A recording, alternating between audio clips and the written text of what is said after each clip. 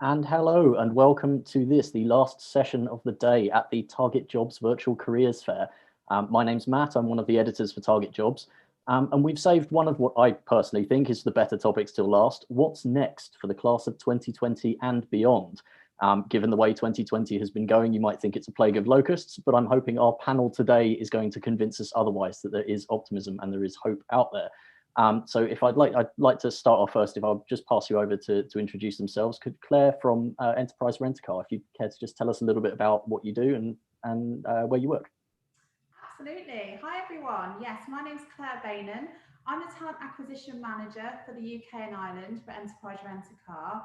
I look after the marketing team, so my role is to ensure that we have a really strong brand presence on campus and really looking at hiring the best and brightest from each of our university partners. So I am based in the centre of England in a place called Ashby-de-la-Zouch. Not sure if anyone would have heard of that place, but I do have a team throughout the UK and Ireland that work with their target university list, and we are responsible really for doing lots of employability sessions. We work in curriculum with business games and really do a lot to try and collaborate with our universities and the students on campus.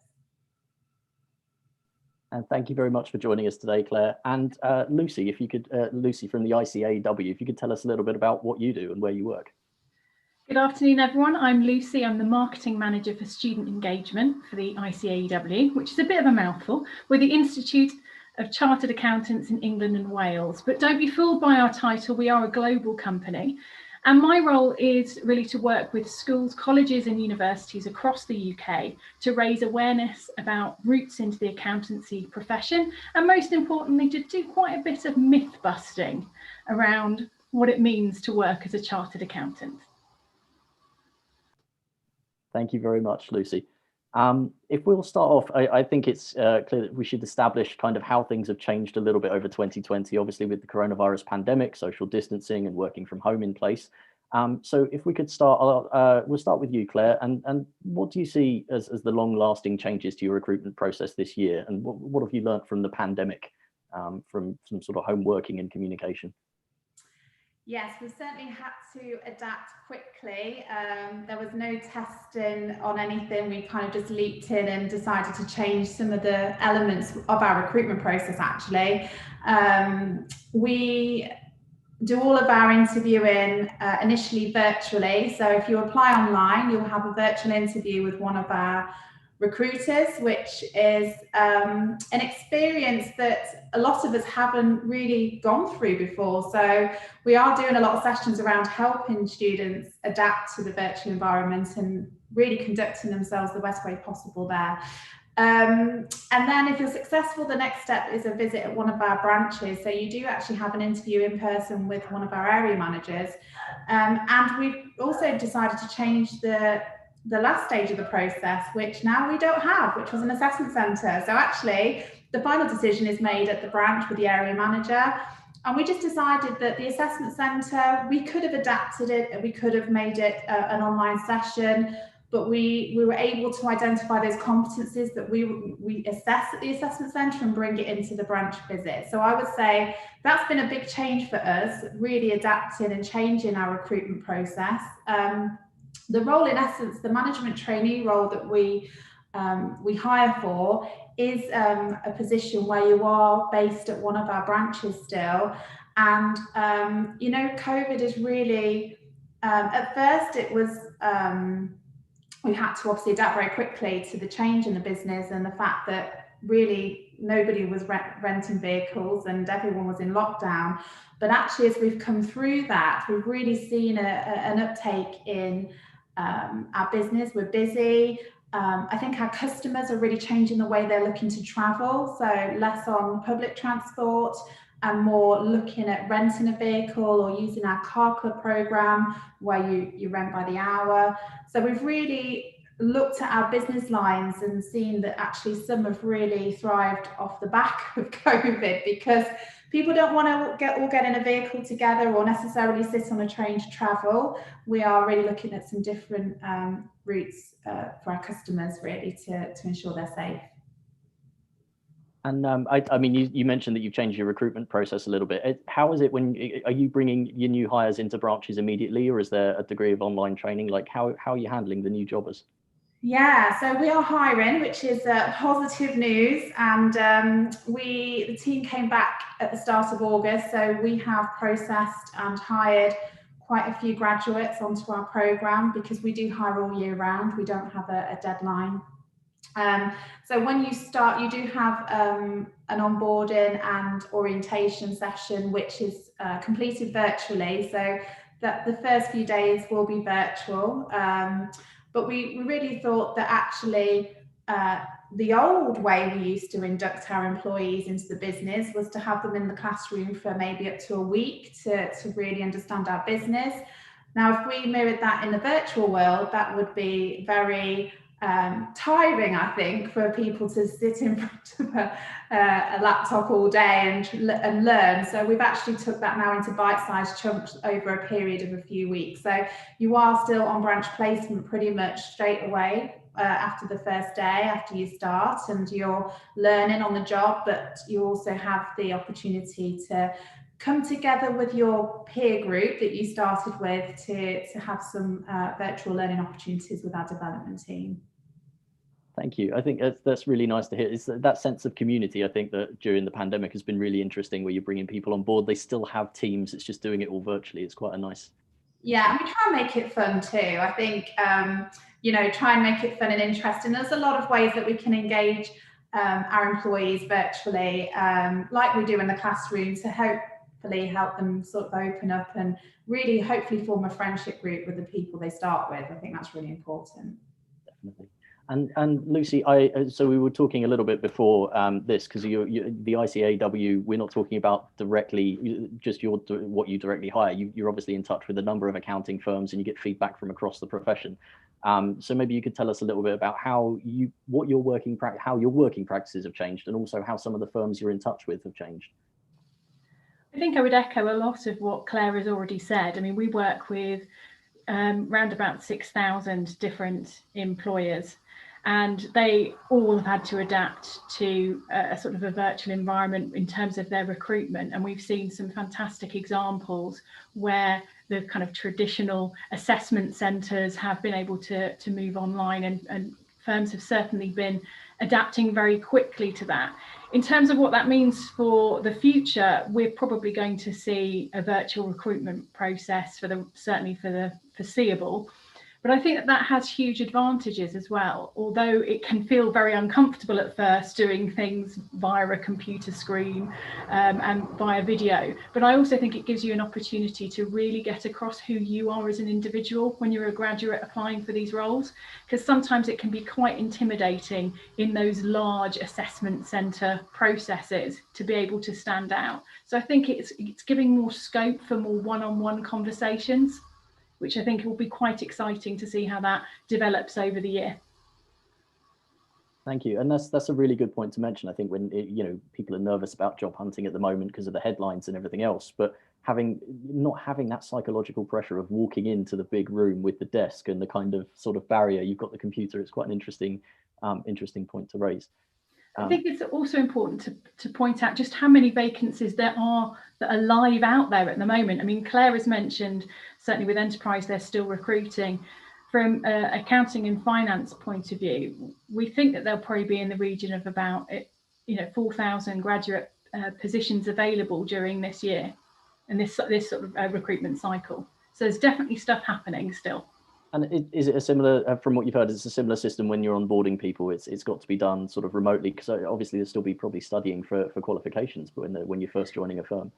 Absolutely, the virtual onboarding is quite an interesting process, and I think that you mentioned a very good point about that sense of community, and I think that there are a lot of firms out there who are trying to focus as much on the social aspect as the nuts and bolts of doing the job, because I think it's really important to be able to engage with your team and form that element of trust to be able to ask questions or ask for help when you need it and really feel part of something rather than isolated on your own.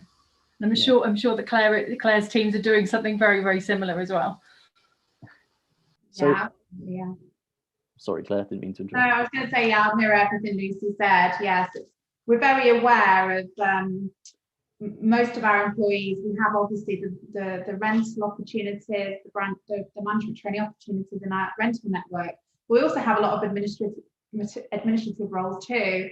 And I think we've got to be very mindful of the fact that virtual working has its advantages, but also it is quite lonely. So we've got to think about different ways we can bring the teams together. And I know with my teams, we've done sort of team activities, we've done through the keyhole, we've had cocktail events and all sorts, just to try and keep that kind of camaraderie between the team and ensure they feel part of a network and a team, which is really important. Thanks for expanding on that, because I think people forget that as well. Like I've heard so many people started the pandemic with online pub quizzes, and it's slowly evolved into like every possible iteration of game show you can do while virtual. You can. So we've got to look at sort of moving forward, because obviously, I mean, Claire, you've mentioned that your customers have kind of what they need has changed, and you know, people are trying to avoid public transport. What are the priorities for the company at the moment, and what are you looking for in graduates? How can they show that they can contribute to these priorities? Yeah, I would say the main priority is still that we have opportunities for our employees and they're able to develop, which is really important to us. They feel they have a career ahead of them and they're always learning. So we always need to make sure that that is the case with our employees. Even in this environment, it's absolutely crucial, because that's really our development opportunities is really one of our unique selling points of our scheme, I would say. I would say that the customer also secondly needs to ensure they're having a safe experience with us, and it's an excellent experience, and that's still a huge priority for us. And just the general safety and well-being, I would say, from a graduate perspective, those looking to apply for our opportunities, you really need to get a feel for the culture of our organisation, and sometimes that's hard to do virtually, because you can look at a website, but it sometimes doesn't necessarily, it's not the same as maybe meeting someone at a career stand you can chat to and get to know and connect with. But I would say really get a feel for the culture of our company is really important, because we do have certain strong values that are on our website, and I think it's important that by reading about our organisation you get a feel for what we're looking for, and ensure that you're mirroring your application to those values, and ensure those values mirror your own values, because that's important. We want you to work for a company where you feel this is where I want to be and this is what I believe in. So I would just make sure that you're doing your research, and that was advice. I've had quite a few interviews today with students looking at their CVs, and I think it's really important to ensure you're tailoring your CV to the organisation as opposed to a generic CV, which very often we do, right? We work so hard in putting that together. However, we take applications from all degree disciplines. So just because you don't have a business degree, it doesn't matter. We will absolutely love to see your application, but we really want to make sure we see all of the other experience that you've got, the customer service experience, the teams you may have been in at university, and ensure that comes across. And I do feel sometimes students can feel it's not important, but it's so important. So I guess that's sort of some big advice for me, is to ensure you put everything on there. That's excellent advice, thank you. And I just one quick little follow-up, because obviously this is a bit of a tricky time with people who maybe can't engage as much in teams and maybe can't do, in fact there's actually quite a lot of customer service work out there at the moment, as well as volunteering. But when you're talking about learning new things, I mean, do you still expect to see that with people in lockdown at the moment, and going forward into next year, because this could last, we don't know how long. What sort of things would you be looking for? Sorry. Yeah, I understand it's maybe not as easy to get those sort of opportunities right now. However, I feel that there's competencies we look at, like work ethic and leadership, and I think it's really looking at using your initiative to maybe volunteer for a project, or if you've in a team or a society at university, actively be involved with that society. We partner with Enactus, which is a popular society on campus, and we love to see Enactus students. And they're operating their teams virtually right now, so there is I feel a lot of opportunity that you can still do from an extracurricular perspective. Thank you. Yeah, it's easy to forget that people are still operating everything virtually. You can still get that experience. Lucy, how about, I mean, what are the priorities for the ICAW and the accountancy sector in sort of the wider profession? And what are you looking to see in graduates? What are you looking to see that they contribute to the new world and the new priorities? I think it's very, very similar to what Claire has already said. It is about the individual and what you can bring into the profession. I think one of the classic myths is that you need to have an accounting and finance degree, and that's not the case. The ACA qualification is open to anyone from any degree discipline, but I think that there is that importance of doing your research beforehand, because not every firm or every opportunity is going to suit every graduate. So it's making sure that you align your own kind of values with the mission and values of those companies. And if you think the scope of sectors that accountancy covers, from the obvious kind of business and finance, but you've also got kind of retail, sport, public sector, charities as well. So there's always going to be something there that will hopefully kind of chime with what your own passions are. So I think certainly from an institute point of view, we'd like to see as many different people from as many varied backgrounds as possible coming in to the profession, because I think that that's what's going to make it stronger. One of our missions is a world of strong economies, and I think that that's very prevalent at the moment, with the fact that no one has a crystal ball of where we're going to be in 12 months' time. But if we have the right people with the right attitude coming into the profession, then we can hope that it will succeed and thrive. Thank you. And again, I flag up when I hear something that I know, because I was speaking to students this morning saying exactly the same thing. Don't forget that every football club will need an accountant to keep the books. There's always going to be some area that you can fit into. If you have a hobby, you've done a degree in something different, but you can always look to bring that into your work. I think that's really, really interesting. I'm going to start with you for the next question, Lucy, because so that we change direction for the last two. Where do you expect to see increasing recruitment in the near future? Sort of, obviously, we're still a little bit uncertain, but what sort of areas do you think you're going to see an increase in recruitment? Well, I could pick lots, but I think there's two that I'll focus on. Is I think that public sector roles are going to increase, and there's also a drive for finance roles in the NHS as well, as well as all kind of traditional ones. But I think that those, from a graduate point of view, are going to be hugely popular over the next 12 to 18 months. I can see that those are the roles that are going to be expanding as well.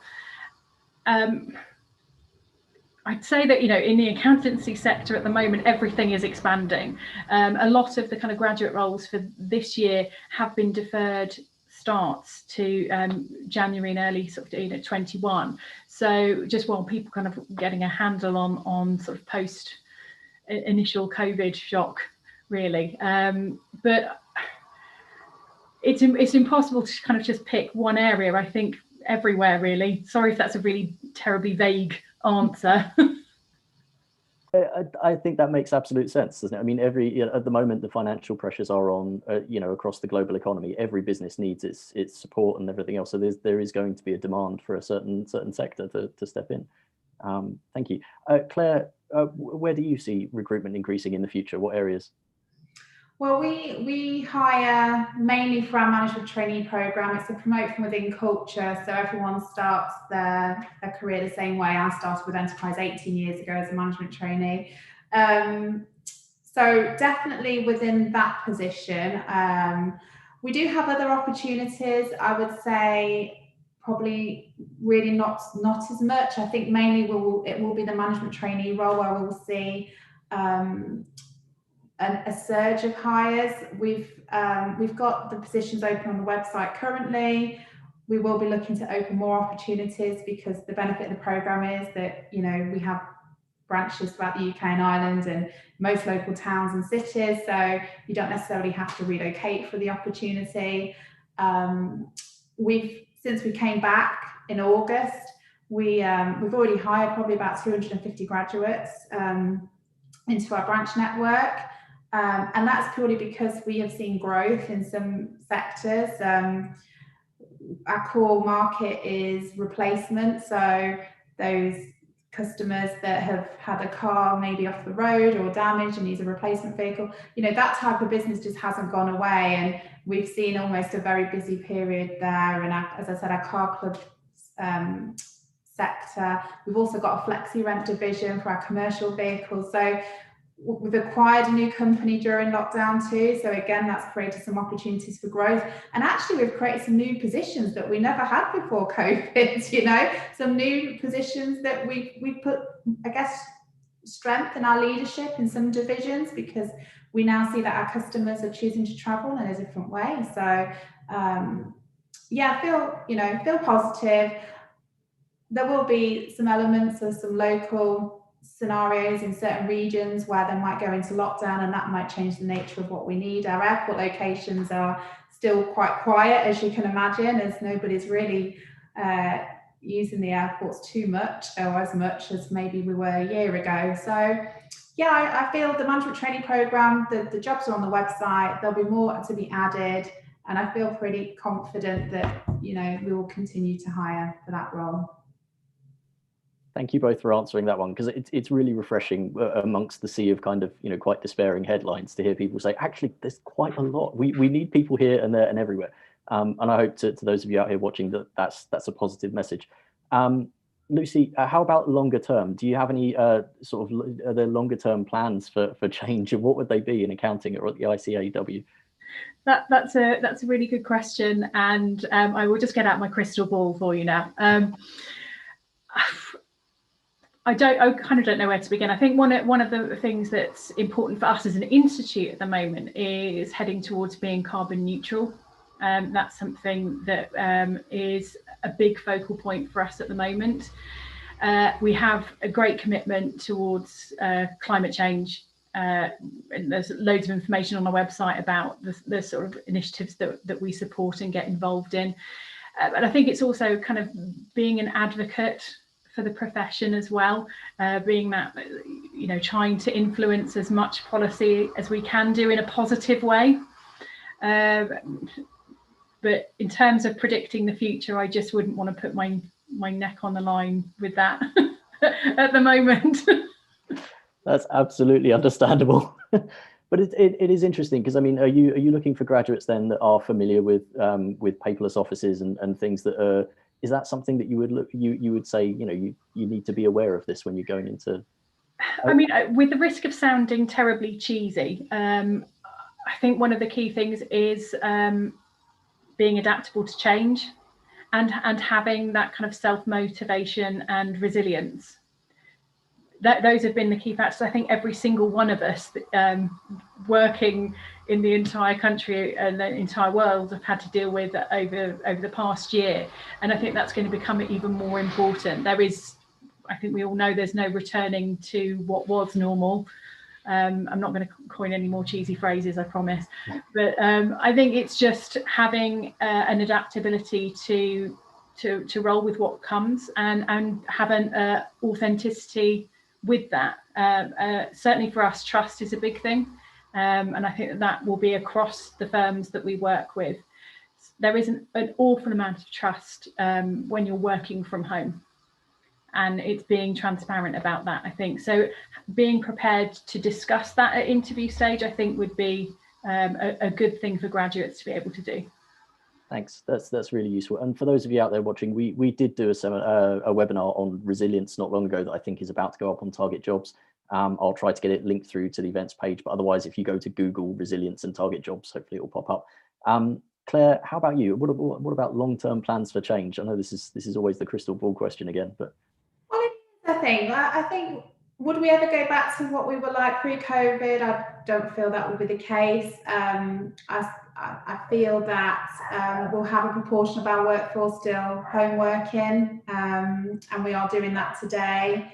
with some people choosing to go back in. I mean, we did the survey with our workforce in the administrative roles, and actually the preference, the overriding preference, is they would always like that mix of being in the office 2 days a week and at home maybe 3 days. So I can still see that being the case. I think we've got to take the positives out of this and really look at what we've learned and really some of the efficiencies from a virtual world, and having 3 career fairs in a day that we can attend without traveling. And I think there will be an element of virtual, I would say virtual sort of career fair still. I think we'll have some more virtual opportunities that we find we can do a lot more virtually, because in the past we'd be, lugging our suitcase full of goodies with our stand and traveling maybe an hour or a couple of hours to get to a location where we'd stand there and for most of the day. And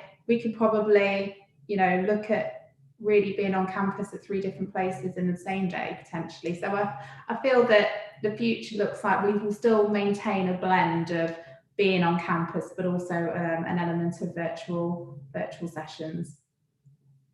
Thank you. So for those of you out there attending this webinar, hopefully you're already familiar a little bit with the software, but get your virtual skates on, get used to Zoom and Skype and everything else that you can possibly get used to, because it seems like it's going to be in demand. I'm just going to turn to because our Target Jobs team have been feeding me questions through. I'll leave this open to you two who wants to answer, and feel free to chip in at any time.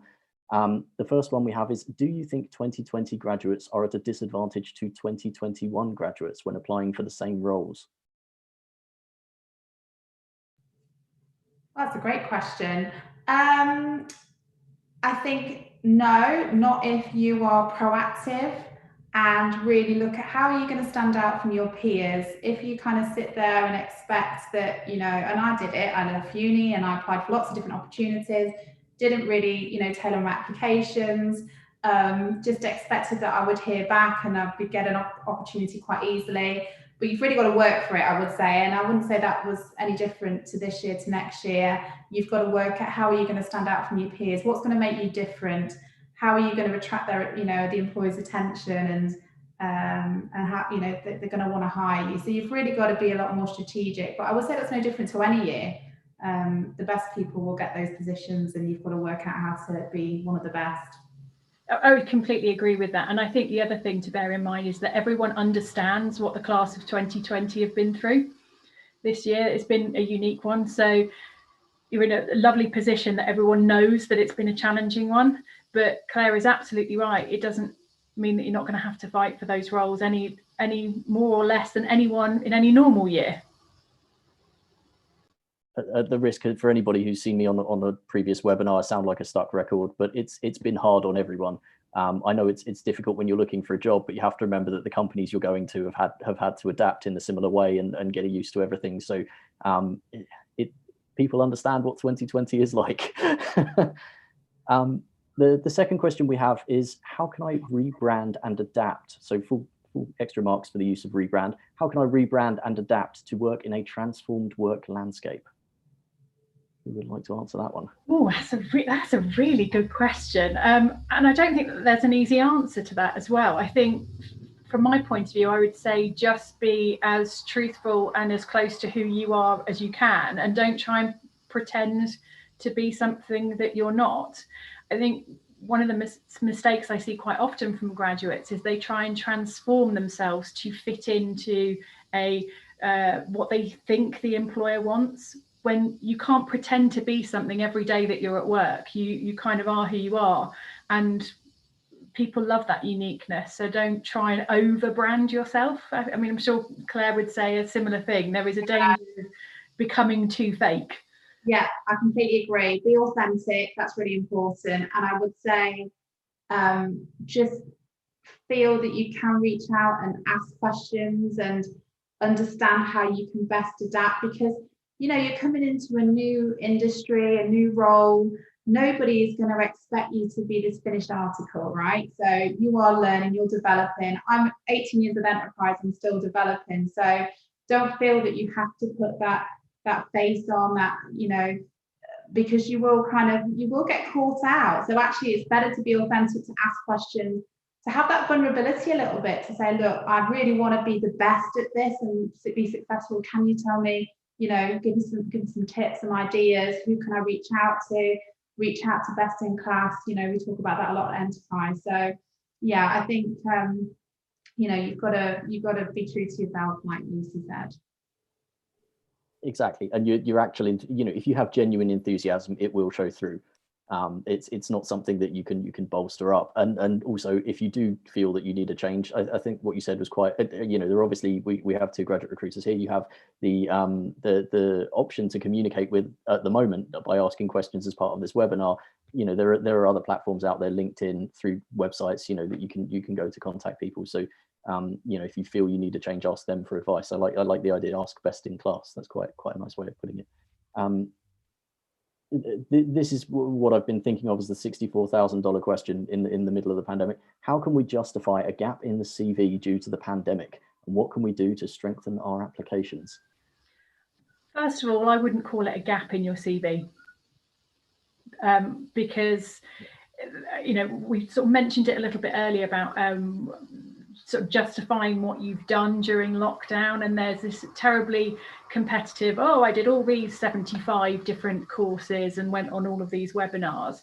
But just to reassure some of you out there that just getting through it is enough, and it's about putting it into the context of your own surroundings, your own journey that you've been on. Sorry to use another cheesy phrase of journey, but it was different for every single person. So there's no kind of scale of who was the best at it and who was the worst at it. So I think it's about flipping your mindset and not looking at it as a gap in your CV, but it was just a period in your journey.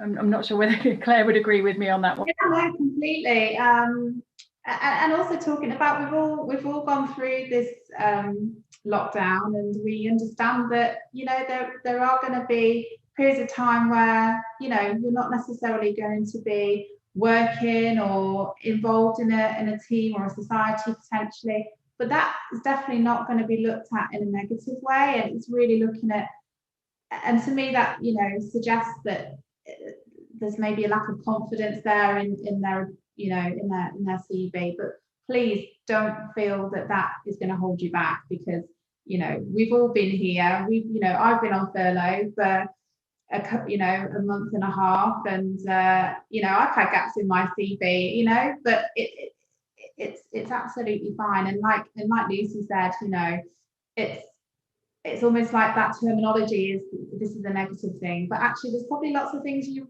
achieved during that period that isn't work related, or maybe not even something you put on your CV, but you might have learned a different skill, you know, that you would still add to your CV, more of an extracurricular sort of side of things. You know, I've done more cooking. I've learned to, you know, be good at pub quizzes, but you know, so I wouldn't, definitely please don't worry about that. That is not going to hold anybody back. Thank you both. I think it is important to say is just how you get through it. I think we tried to say a little bit about this earlier. Baking seems to be the common one that everybody has taken to get through it. But chances are, if you're watching this and you've logged on to the TARGETjobs Virtual Careers Fair, that's something that you have done. There isn't a gap on your CV. You're actively out there looking to improve your career chances. That, write it down. Listen, it's something that you've done. It's research. But there's all sorts of things. Chances are you have a way to cope with this, and you have been doing something actively, so it's just making it work for you, I think, is a key thing. But thank you to you both for that. I think it's a really important point to get across. Okay, so I'm looking down the list of questions that we have. What can we expect regarding short-term prospects, 6 to 12 months, in the job market for junior applicants? Will Brexit, oh dear, and the pandemic augment the entrance barrier? Who would like to tackle this one? Well, we actually do have a Brexit call tomorrow, so I'll maybe let you know after that if you link in with me. But that is a meeting I have scheduled tomorrow, just to see kind of where we stand and the impact. But I don't think we're going to see any initial radical changes short term. I think it's business as usual, and you know, I don't feel that we're going to see a quick evolution in any way, shape or form, in any direction. I think yeah, I don't think it's anything to worry about too much. Lucy, I don't know what your thoughts are. No, I think I would agree with you. And again, it's another crystal ball question, and I think it's going from our point of view, it would depend on between firm to firm and employer to employer. I think everyone's planning for several options, but I agree with Claire. I don't think there's going to be some sudden massive change when the B word actually does happen. I think people have been preparing for it enough. Thank you. I was terrified we were going to go down the financial services passport and all sorts, but no, that's, thank you. No, out of my remit, I think that. Okay, so we'll move on to more, staying away from the B word. What would your top 3 tips be for graduates on how to prepare for the future and differentiate themselves from the competition in their job hunt? You can have 3 top tips from each of you. Ooh, that's a great question. Well, I would say do your research. Do your research about the company, the organisation, the values. As I said before, tailor your application, those keywords, those buzzwords that are important to the company, the mission statement. Just make sure that you are aligning your application or CV to those. I would say always understand that your degree is important, it gets to the table, but it's all the other elements that help you secure the job. So just think you're competing against other candidates that also have a degree. So think about, again, putting everything on there. Don't feel that you know, that experience you might have had in the summer where you helped out at a farm or a coffee shop, or I don't know, a new team that you kind of joined. It all matters. So I would say that's my second top tip. And I also would say my third top tip is when you have applied for an opportunity, you know, follow up, because quite often you don't always hear back, but that's because, you know, recruiters will get a lot of applications, but how many of those applications actually will then take the next step to send an email or follow up and say, look, I've applied, I really, you know, would love to hear from you, or please ask me if you've got any questions, and more than happy to answer them. Just something that makes you stand out and then makes that recruiter go back to your CV or application and look at it again. And I think that's, you know, my 3 top tips that would help.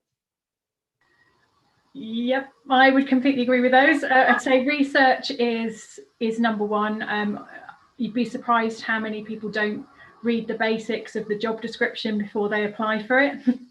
So research. I'd agree with everything that Claire said, but my other top tip that I'm going to add in is asking for help. If you're a graduate out there and you've come from a university, you will have a fantastic careers service at your fingertips, ready and willing to help and support you every step of the way. And they can help with your applications, your CV, your interview technique, everything that you could possibly imagine. And you've got it at your fingertips for free. So I would say use it. You've got experts there. You'd be mad not to, and that will help you stand out from the rest. That's great. You're getting tailored one-to-one advice for you, your circumstances, and what you want to achieve. Thank you for that's great advice. And I'm just going to add to that too.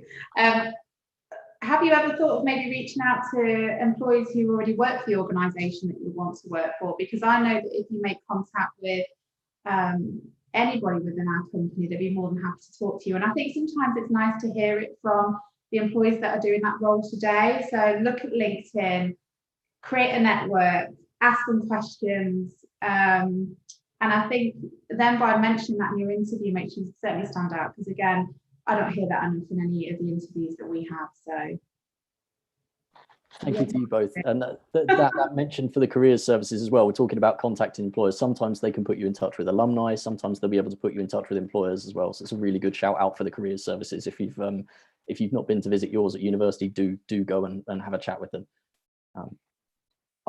This is always quite a good, someone's put this forward, and this is a good question I love to ask, because it always sort of is it's nice to turn the tables every now and then. During an interview, there is always a "do you have any questions for me" question. What would you recommend are good questions to ask? I think one of my favorites is asking about the team that you'd be going to join, like how long the team have been together, what sort of social things do they do, how do they function, because that shows a real interest in beyond just the role, but how you're going to fit into that culture that that Claire's mentioned before. Is it going to be a good team fit? So asking, what was the last kind of social thing that they did would always get a smile out of me at an interview. Yeah, that's a great one. And I would also say, and whether this is sort of terribly American because we are an American-owned company, but our directors always advise to ask for the job.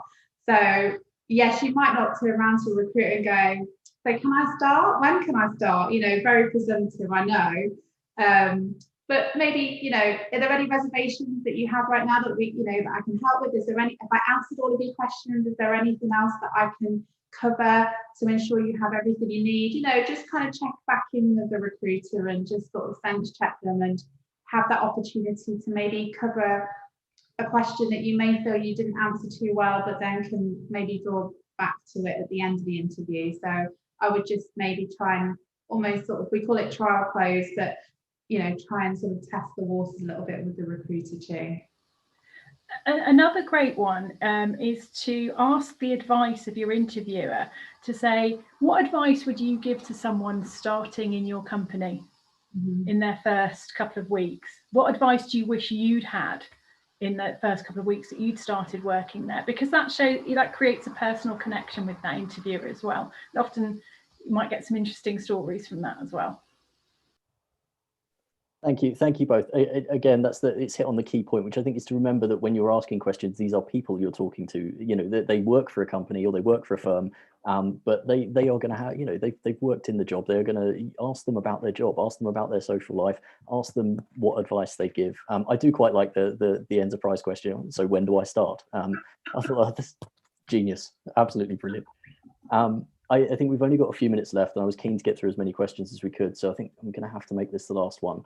In your opinion, how long can we hold on to the identity as a graduate student? If I'm a graduate of 2020, am I eligible to apply for a program in 2022? What do you think? Yes, definitely. We don't put there's no sort of expiry date from our perspective, actually. As long as you have a degree, we quite often hire second jobbers, those that have been in the marketplace and then may have decided that the role isn't for them and then go for their second graduate opportunity. So yeah, I would say there's no date on it. We will absolutely, definitely at 2022 look at your application, 2020 look at your application and hire. So no issues there. Yeah, I would agree that pretty much most employers will have a pathway into the business for anyone, regardless of what age you're at. So I think sometimes the kind of graduate title can be a little bit misleading. But just again, it comes back to doing your research, because different companies will have different rules. But certainly from an ACA training point of view, it's open to anyone at any time. I think that I have seen some people do stipulate on the job vacancy, okay, you must have graduated in the last couple of years, but it is also worth remembering that people graduate at different ages and things, so it's a little bit of an open field. You just have to do your work and do your research. I think that's really sensible. Yeah, and I think companies really limit their talent if they put a limit on that. So yeah, we want to have diversity in our organisation, and that's really important. So bring different ideas. So yeah, we definitely don't put that on our opportunities. That's fantastic. I think we're just about out of time. I just want to ask you both if there's somewhere you want to direct people to find out more information.